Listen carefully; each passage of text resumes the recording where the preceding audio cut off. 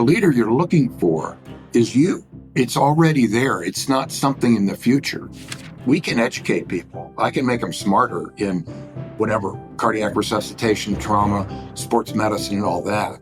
But if they don't have the passion, if they don't have the burning desire, they don't have the willingness to work across teams. Bill Belichick said famously, talent sets the floor of a team. The character sets the ceiling.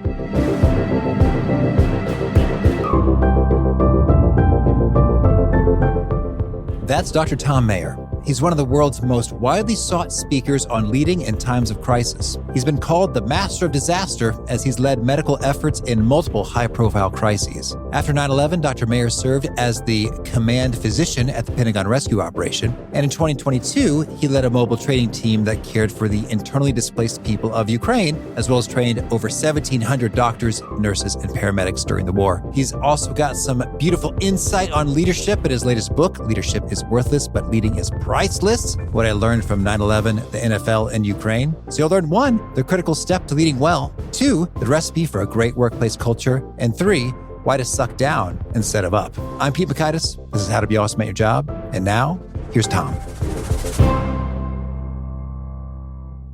Thom, welcome. Well, it's good to be here. I'm honored to be among your guests. I really enjoy the work you do. Oh, thank you. Well, we're honored to have you, the so-called master of disaster. Hopefully this interview is not a disaster. And to that end, I'd love it if you could kick us off with a riveting tale. Firsthand, you're in the midst of a crisis, high stakes, life and death situation. Take us into the scene.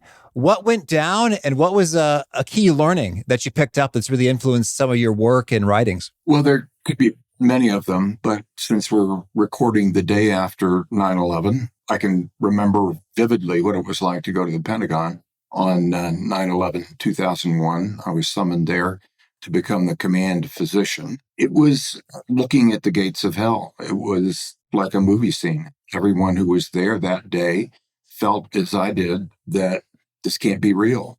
How could it be possible that a plane would crash into the Pentagon? But everyone's eyes turned to you because as the command physician, and you wear a bright orange fluorescent vest that identifies you as such, it's not like you can hide. And they've got eyes on you to figure out, Doc, is it safe for us to go in the building? Is it safe for us to go in and try to rescue people and to recover those who couldn't be rescued? So it was an honor. And the next 3 days were not a blur, as people often see, but a series of not just snapshots with absolute clarity in terms of what the problems and issues were, but more like a movie on a continuous thread. Eventually, when it was safe, I went into the building with SCBA tanks on our backs and helmets on with the FBI evidence recovery team to survey both the devastation of what had occurred, but also to think about lessons for what that might teach us for the future. So, most people are sane and run away from the sound of chaos and fire and flames and explosions. But I say not just me, but with the entire team of 5,000 people, were trained and anxious to go in and help. So we kind of run towards the sounds of chaos.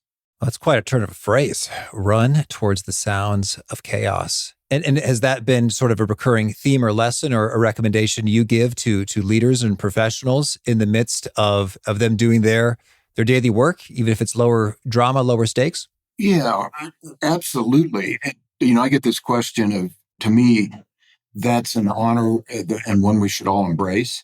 And people will ask me, well, yeah, but Doc, I don't get to lead on a national stage, an international stage of crisis. But that's my point, is all of us lead all day, every day, in whatever we do. So waiting, I think the word someday I'll be a leader is a wistful, unhelpful word and phrase. Today, I am a leader is a very embraceable phrase, and one that everyone, no matter who they are, no matter what they do, certainly you lead in when you put this podcast together. But you also lead, when you take Joey Boy for a walk or calm him down or whatever it is that he needs. As father, you're leading him, just like a single mother leads her family. So it strikes me that leading is a truly universal concept and not something, not an aspirational goal. It's something that we need to listen to, embrace every day. Yeah, Thom, I like that and I resonate with that. And I'm curious if you've ever heard pushback. If someone were to say to you, oh, Thom, I am the tiniest cog in a grand machine I have so little influence over, how do you respond? Well, certainly I get pushback because in the book, the title's Leadership is Worthless, but Leading is Priceless. And that's contrarian, counterintuitive at a minimum. And, if it's offensive, I don't mean it to be, but it deserves an explanation. The explanation is leadership is worthless because it's just what you say. And anybody can say anything. But leading is priceless precisely because it's what you do. And we all do that. So I do get pushback. I'm the small cog in a very big wheel. And my answer is, but you're your cog. When our boys were younger, Maureen, my beautiful and brilliant wife, and I had 3 boys, now young men. But whenever I was in town, because my job requires a lot of travel, speaking and meetings, things like that, whenever I was in town, I drove them to work in my truck. And when I let them out, I said precisely the same thing, which is one more step in the journey of discovering where your deep joy intersects the world's deep needs. I swear I said this to them. They prefer to take the bus. Hey, Dad. Yeah, bye-bye. I'll take the bus today. It's my Dad. lunch No, here. thank you. Yeah, exactly. Point is, you have to start with your deep joy. Doing this podcast, setting it up, having the guest on that you have is not easy, but it's your deep joy. And that comes through in every episode I've listened to, and I've listened to over 10 of them. Well, thank you. That comes through. But if you were just, showing up and putting the time in, that would show too. And that wouldn't be your deep joy. So when I find people that are not able to embrace the job that they're doing, it's usually because they've signed up for the wrong job. It's not where their deep joy intersects the world's deep needs. And once people understand that, learn that, I think it becomes easier to not aspire to be a leader, but to embrace the fact that you are already a leader, and then to inspire others through what you do and what you say and how you do it. So I'm interested in helping people when they wake up in the morning and their eyes open and they swing their legs around to say, today, I am a leader. How will I lead? How will I exemplify what I believe in, my deep joy, mission, vision, values, true north, whatever you want to call it. And different of your guests have called it different things, but that's what needs to be done. And therefore, the book is not intended as a leadership book. It's also not an anti-leadership book. It's simply a book for people who want to embrace the fact that they lead and will continue to lead. I'd love it if you could give us a maybe unconventional or striking example of someone who identified their deep joy connecting with the world's deep need. Because I'm thinking about some folks who are like, well, geez, my deep joy is playing this game. I'm just thinking about my kids. Sure. If I say that to them, school is like, well, what I love doing most is playing the snake game on the Apple TV, Dad. So that doesn't really solve need. But I imagine there's sort of a process of inquiry and discovery that leads you to discover such intersections. Could you tell us a tale of such a situation? I was a football player, and that was my deep joy when I was a kid. And when I say kid, all the way through high school and college, I wanted to play in the National Football League. And most people play football in order to go to college so that they can get a scholarship and not have to pay for their education. I was exactly the opposite. I went to college to play football because I was finished with high school. And if I was going to continue playing this game that I love, couldn't go straight to the pros, then you had to go to college. So I did. I started when I was a freshman. That was unusual, but about a third of the way through the season, the coach said to me, hey, I talked to your academic advisor and you haven't declared a major. And I said, a major what? You didn't say anything about a major when you recruited me. No, Thom, you gotta have a major field of study. So I chose theology and became a theology major because I was always interested in how people think and what they do and all that. And honestly, Pete, it was because you didn't have to take tests. You just wrote papers and had discussions under trees. So I thought, hey, they're already paying for my education. How about I don't work all that hard on the education part? And at the end of my sophomore year, my theology advisor and a professor, biology professor, who I had taken a course from, have you ever thought about becoming a doctor? And because you might have more influence as a doctor than as a theology professor. And I didn't know what a doctor was. Somebody who sewed up a laceration or stuck his finger someplace I didn't want it and said, turn your head and cough. But I said, sure, I trusted these guys. So as a junior, I started taking freshman level pre-med courses. First course was Chemistry 101. It went okay, if not great. I got to the first test. It was a 100-question test. And I open it up. And the first question is, a mole is Avogadro's number of particles, and then 5 answers, A, B, C, D, E. Well, who's Avogadro? I never heard of Avogadro. It's got a number. A mole? Thought that was a critter that tore up your lawn or something. So I thought, hey, this has been great. No problems. I wonder if I can, are we still in drop ag? Can I drop this course? I'll just go back to theology and football. So my answers, I didn't even read the questions from there on because I figured I didn't even know what the first one was. So I just did A, B, C, D, E, E, B, C, B, A. In football, we call a slant and go route a sluggo route. And that's what my answer page looked like. So I got to the end, 100th question, marked it off, flipped the page. But in the back, there was a blue envelope, and typed on the envelope said, bonus question. If you get this question right, you'll get an A in this course, no matter what you did on the first 100 questions. I thought, let's give it a shot. So I open it up, and it says, what's the name of the man who cleans this room every night so you can have a great place in which to learn? Oh. So I walk up to the professor, Keith White, the chairman of the Department of Chemistry.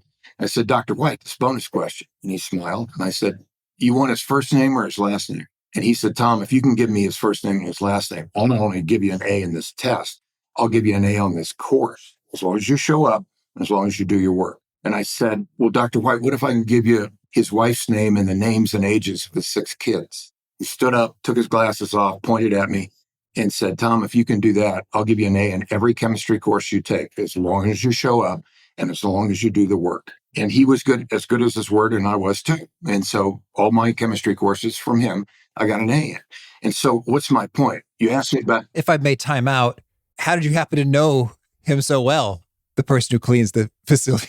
Well, that's the point. That's the deep joy point. Because the reason I knew him so well was I didn't even get to the chemistry lab until I had finished all day of classes, all day, 3 hours of practice in football, theology essays. So about midnight, I end up showing up in the lab. And that's when this gentleman, who had another job during the day, came to the lab. So we got to know each other and got to know each other well in the darkness of the night, because his deep joy was not just cleaning that room, but interacting with the very few students. I was probably only one of 2 that he'd been in a whole semester. And so I became a doctor, not because I'm smart or intelligent or hardworking, but because of a janitor at the college I went to. His name was Roosevelt Richmond. But let me tell you, he came in smiling every day, whistling every day. And he always said to me, look at him. He's got fire in his belly. And I said, no, Mr. Richmond, I just don't plan my time all that well. So I found that as a physician in environmental services, janitorial services, I hate that second term, in the hospital. So when after a tough resuscitation and there's trauma, there's blood all over the place, sure, I thank the nurse. Yes, I thank the rest. Yes, I thank my colleagues. But I also go over to the environmental services person and say, thanks for cleaning this up. We can't do this without you.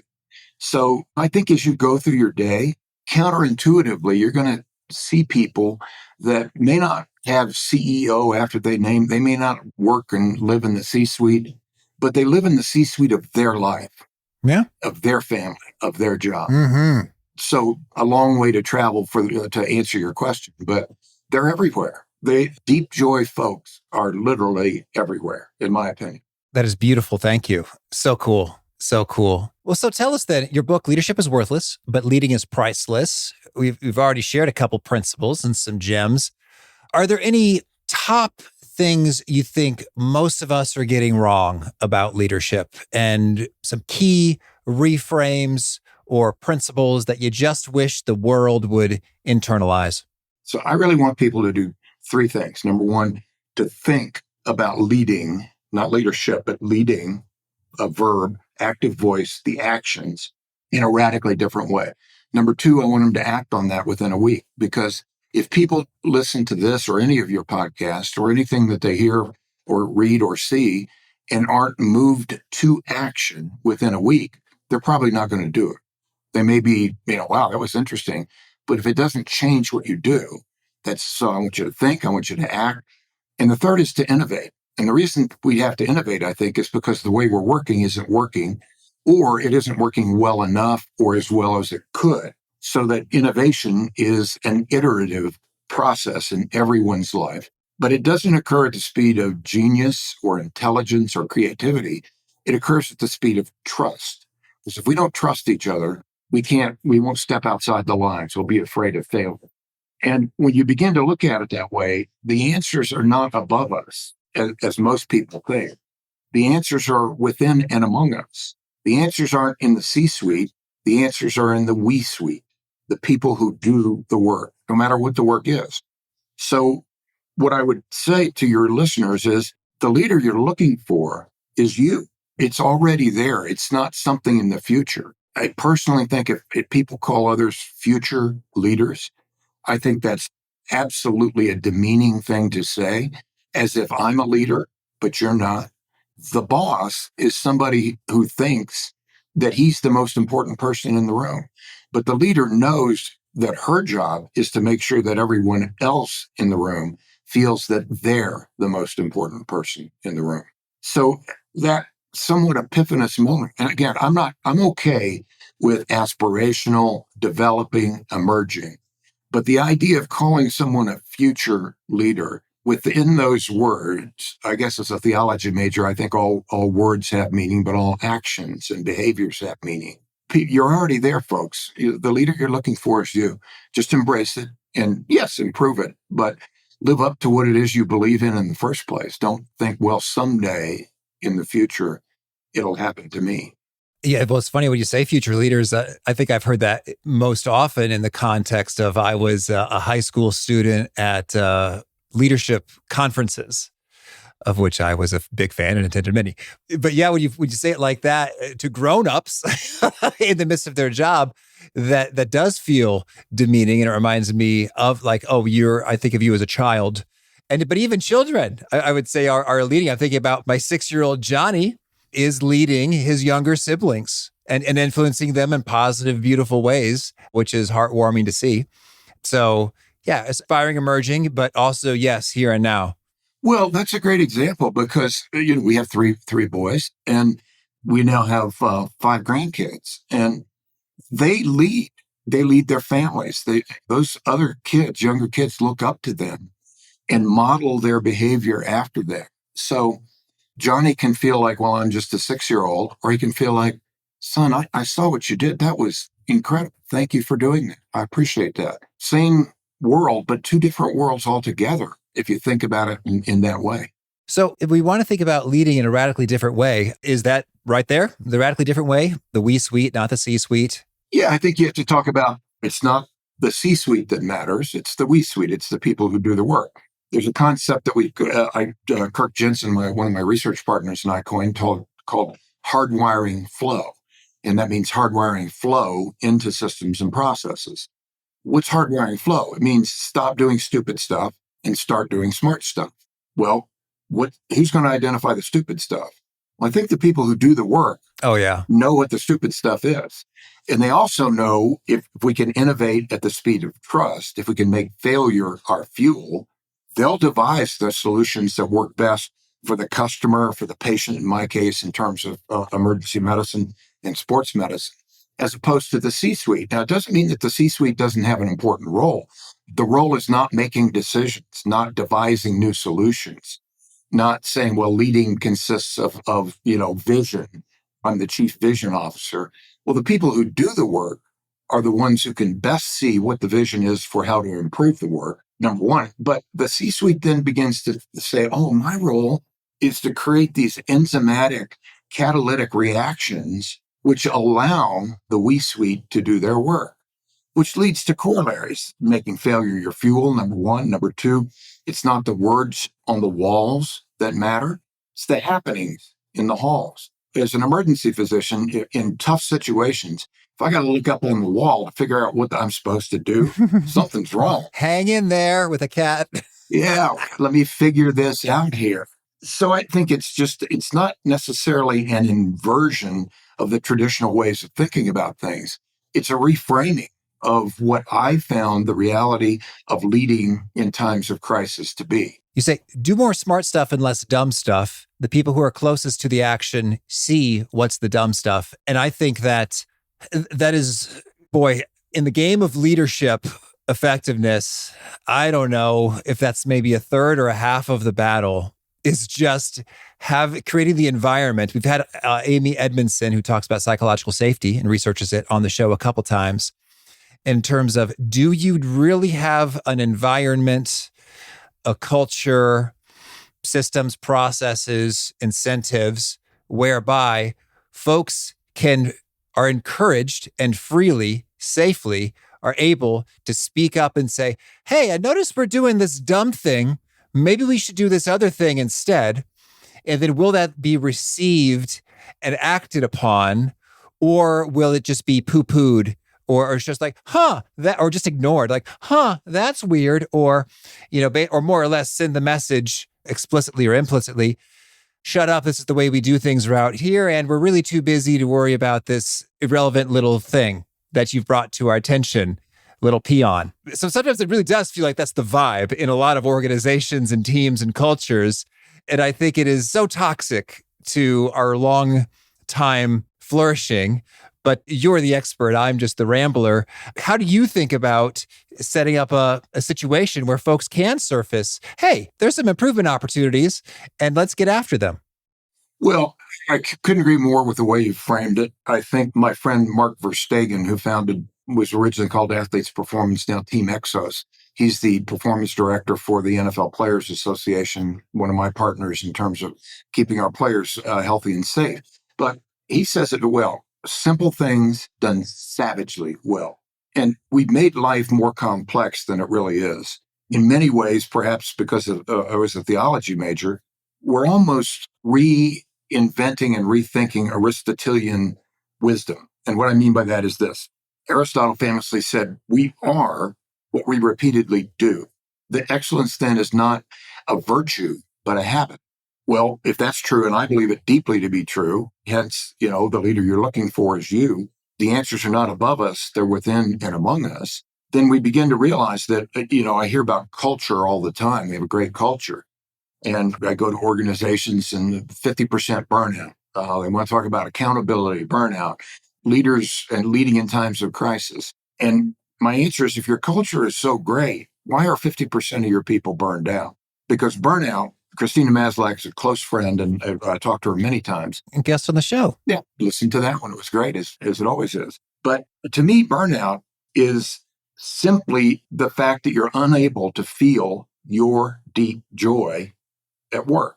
And then that becomes just a ratio of job stressors and adaptive capacity, or resiliency, another term. We can talk about that if we have time. But when you begin to think of it in that way, and you realize that the culture is created every day by the people who impact the other people in the organization, whether that's the customer, the outward-facing customer, or the inward-facing customers, the teams. That's why there's no leading except with teamwork.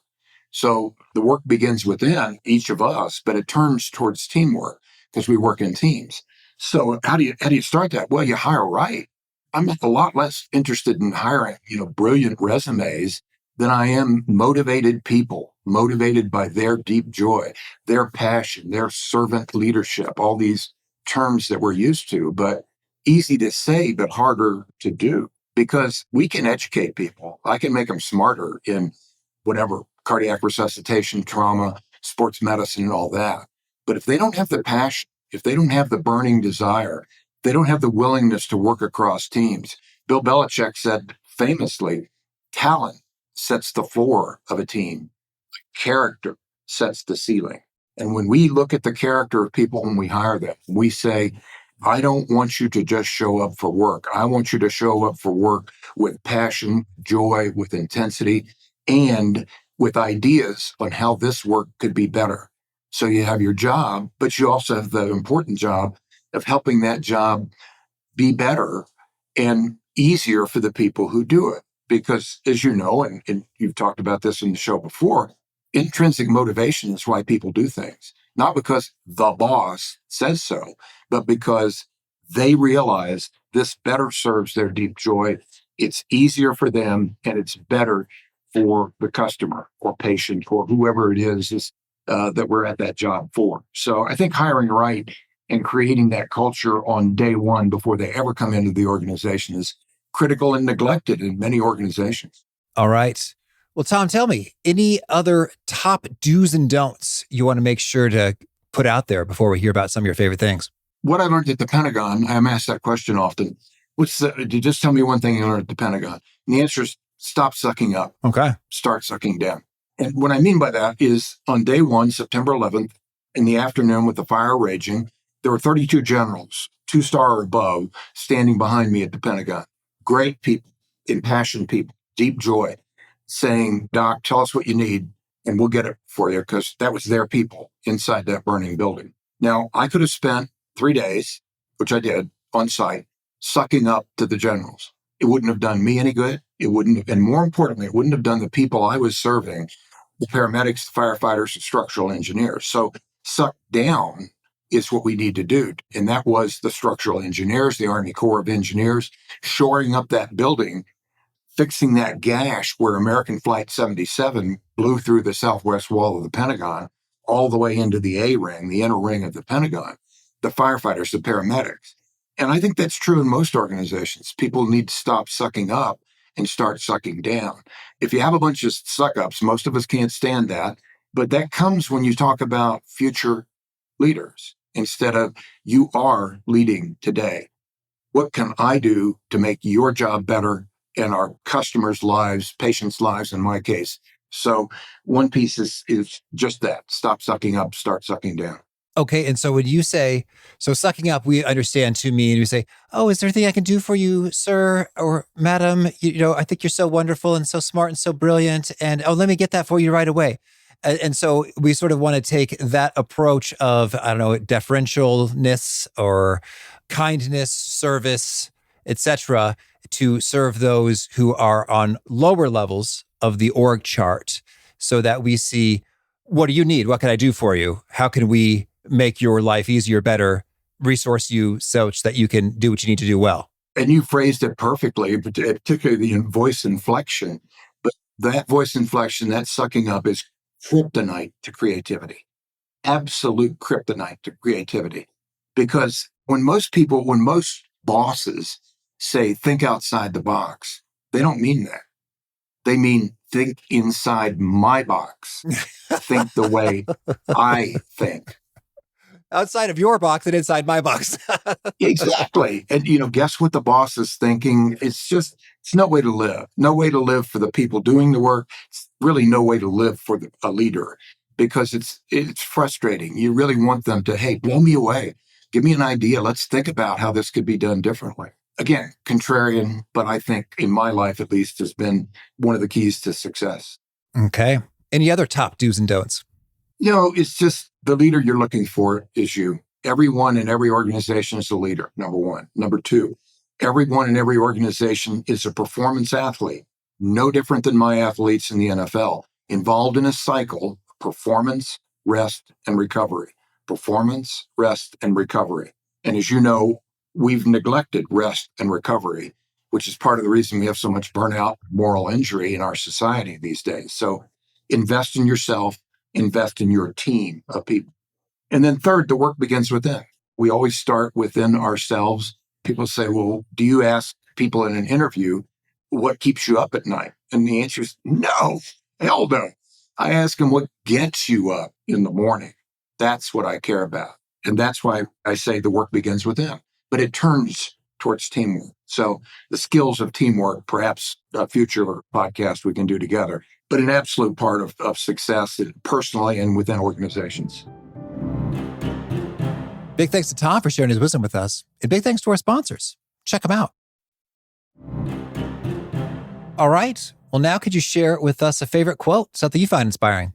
Well, one of my favorites is Churchill, and it's not, it may be one you've never heard Churchill say before, but in the midst of his prime ministership, the Lord Mayor of London had a luncheon for him, and his beloved, treasured wife, Clementine, was there with him. And the Lord Mayor thought he was going to trick Churchill by saying, Mr. Prime Minister, if you couldn't be Sir Winston Churchill, who would you choose to be? And his impish smile and said, Mr. Lord Mayor, if I couldn't be Sir Winston Churchill, I would choose to be, and he looks down at his wife and said, Mrs. Churchill's second husband. Oh, Isn't that nice? Mm-hmm. That's the way I feel too. And a favorite study or experiment or bit of research? Oh, I think all the work done on this, we're working now on lifespan, how long you live, health span, how disease-free you are. But we're doing a lot of work now on joy span, on how the generative joy, the generative nature of creativity, of doing things, not just at your stage and my stage in life, but Johnny's stage and Joey's stage, so that we nurture that sense of awe, that sense of joy, that sense of we are all creating our own lives and helping shape the lives of others. So some great research coming out on that I think is going to help change the way we look at what does a successful life look like. All right. And a favorite book? If you said choose one, I'm very impressed with Brene Brown. And I think her work is very, very important work. And if I chose one, I'd probably say Dare to Lead. Okay. And a favorite tool, something you use to be awesome at your job? Oh, I think a smile. Oh. When people think of me, I only want them to do one thing. I want them to smile. Now, I don't have a great smile, but the tool is creating smiles in other people so that when they hear my name, hear my voice, see my face, they smile. All right. And a favorite habit? Gratitude. I try to get up every morning and before I do anything else, sit calmly or stand calmly and think of 3 good things that I'm really grateful for. And I try during the course of that day to reach out to whoever or whatever team it was that I thought about and let them know that, because, as one of the great writers said, there is silence enough beyond the grave. I think expressing that gratitude is more important in some ways than feeling that gratitude. Okay. And is there a key nugget you share with audiences or readers that seems to really connect and resonate? They highlight it, they retweet it, they quote it back to you often? Over the course of 30 plus years, it's deep joy. People say, they'll come up to me and say, I heard you speak 20 years ago or 10 years ago or last year. And of all the things you said, the thing that stuck with me is deep joy, deep needs. So yeah, people, and you're probably about to ask me what my deep joy is. And my deep joy is helping other people find and embrace and live their deep joy. All right. And if folks want to learn more or get in touch, where'd you point them? Well, the book is available on Amazon and all major websites. Leadership is Worthless, but Leading is Priceless. What I learned from 9/11, the NFL, and Ukraine, because I had the honor of serving there. But my email is the best. It's just ThomMayerMD@gmail. If I can help you, it'd be an honor. Reach out anytime. Well, thank you. And do you have a final challenge or call to action for folks looking to be awesome at their jobs? The leader you're looking for is you. The work begins within. All right. Thom, this has been so much fun. I wish you much luck and joy and goodness in all you're up to. Thanks, Pete. As I said, an honor to be on. I appreciate it very much. Give a squeeze to your family.